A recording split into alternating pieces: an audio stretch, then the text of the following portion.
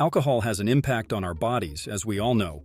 But have you ever thought about how it can alter our minds as well? Only a handful of people are aware of this. Many people in our society believe that drinking alcohol equates to being cool and smart. The way it is shown in movies and how it is marketed with posh branding have cemented this notion in our brains. Is it as glamorous as it sounds? A recent study found that drinking even one drink a day may have an effect on your brain. Let's learn more about how drinking affects not just your physical health, but also your mental state. Now is the moment to reveal what truly happens when you lift the glass. Did you know that, along with benzene and tobacco smoke, alcohol is regarded as one of the leading causes of cancer? It fits under the same group, according to the World Health Organization.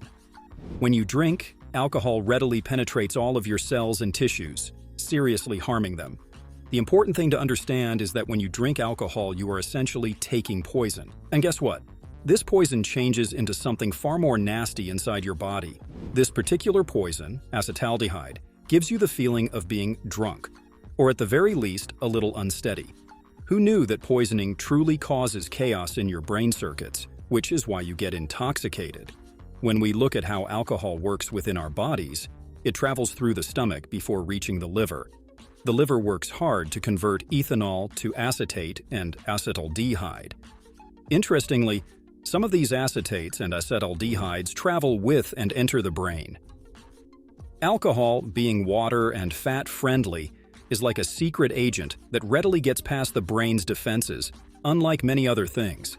As soon as it enters the brain, it begins interacting with every cell, throwing signals off balance. Imagine it like a party crasher who accelerates the slow down and slows down the go signs. It's a crazy ride through every nook and cranny of the brain. What actually occurs in the brain after a few drinks? Prefrontal brain neurons are subtly suppressed, creating a sort of calm before the storm. This area of the brain controls planning and thought processes, which helps to control impulsive behavior. But the dramatic twist is that the prefrontal cortex lets go of its control over impulsive behavior as it becomes less active. People may act impulsively or shout things out without giving them much thought, sometimes even forgetting why they did something. This implies that it affects your reflexes, judgment, and capacity for situational reasoning. When top-down inhibition is reduced, habitual behavior takes center stage, and impulsive behavior rises as a result. This is true over time, as well as during a night out with a few drinks. The more someone drinks on a regular basis, say every Thursday or Saturday, the brain circuits in charge of habits and impulses go through some changes. Even when they are not drinking, the person is more likely to engage in impulsive and habitual behavior, since it feels like these circuits are working out. The worst part is that when they do drink, their impulsive and routine behavior tends to intensify. It seems that the more you drink, the more of these behaviors have to show off. Drinking alcohol causes our mood circuitry to light up like fireworks. The positive vibes start to kick in when they start to go crazy and make us super chatty and feel like we are on top of the world. However, when we continue to drink, our serotonin levels drop, and those circuits begin to slow down. People feel less happy as a result, and they usually go get another drink. The catch is that by the time you've had a few more drinks, your chances of feeling upbeat again are very low. Rather, things begin to calm down. Your forebrain is shutting down quite a little. A large number of motor cortex regions that govern purposeful and coordinated actions begin to shut down. Individuals begin to stammer, walk erratically, and some may even pass out on a couch. It makes you more extroverted and enthusiastic while you are on the ascending limb of the blood alcohol curve, which is why you keep drinking once you start. So the first thing is that it increases your enthusiasm and happiness. Secondly, it reduces anxiety. Thus, alcohol is a great drug if you have a good response to it and are a little more socially anxious. But if you ask whether it's a great drug for the moment, the answer is a resounding yes. There is a flip side to the coin. Consequences come eventually. What's the real deal with drinking in moderation? There is no such thing as a safe dosage because it messes with the growth of brain synapses. People who use drugs excessively while they are young have much smaller brains and less mental capacity. You know you have a problem when you start to see shrinkage of the gray matter, the true stuff, the neurons that shape the brain. Most likely, you've heard the expression, "you're killing brain cells." It seems that there is some truth to it.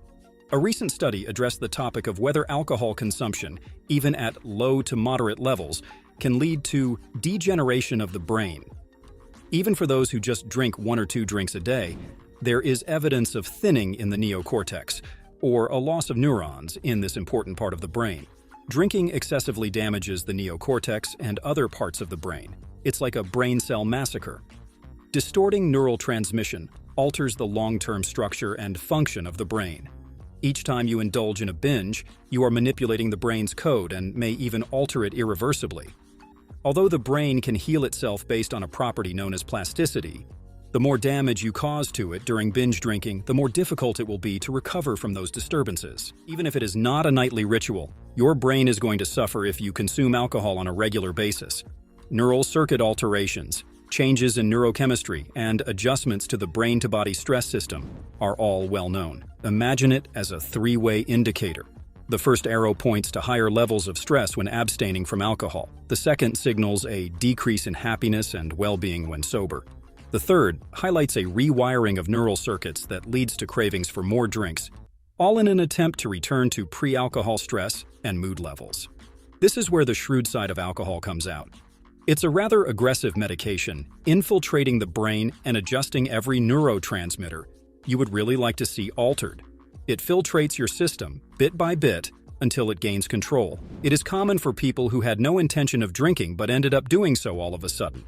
They have no idea how they got there, they didn't want to do it, and they don't even really enjoy it, but they are compelled to continue. There is a rise in serotonin and dopamine, which results in an improvement in mood and a general sense of well-being. That's not all. It's a very short-lived high. Shortly later, due to that first spike, dopamine, serotonin, and other associated substances in circuits slowly and gradually declined. Ultimately, you experience a brief period of high emotion, followed by an extended period of low emotion. People frequently seek another drink throughout the night for this reason. Many people make the error of chasing the dopamine high in the hopes of returning to their baseline or peak experience.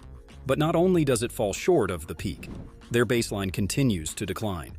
There is a common observation that when people become hooked on something, they don't experience any pleasure at all. Addiction is similar to a tunnel that gets narrower over time, limiting the things that formerly brought joy.